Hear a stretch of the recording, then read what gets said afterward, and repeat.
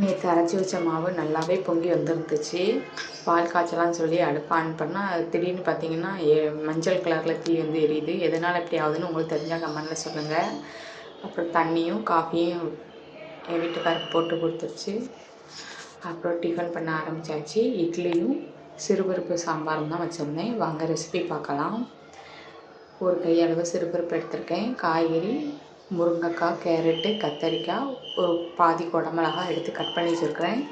சின்ன வெங்காயம், அப்புறம் தக்காளி எல்லாம் குட்டி குட்டியாக கட் பண்ணிவிட்டு அந்த ஊற வச்சுருந்த சிறுபருப்பில் சேர்த்துட்டு சாம்பார் பொடி, உப்பு, மஞ்சத்தூள், அப்புறம் கடல மாவு ஒரு ஸ்பூன் கரைச்சி வச்சுருக்கிறேன். அதையும் சேர்த்துட்டு மல்லி இலை, கருவேப்பிலை கழுவி அதோடு சேர்த்து சிம்மில் வச்சு ஒரே ஒரு விசில் வச்சிங்கன்னா சூப்பராக ரெடி ஆயிரும். தாளிக்கிறதுக்கு கடுகு, ஜீரகம், சின்ன வெங்காயம் கட் பண்ணது, காயப்பொடி, கருவேப்பிலை சேர்த்து இறக்குனா சூப்பரான tiffin sambar ready. Thanks for வாட்சிங். பாய்.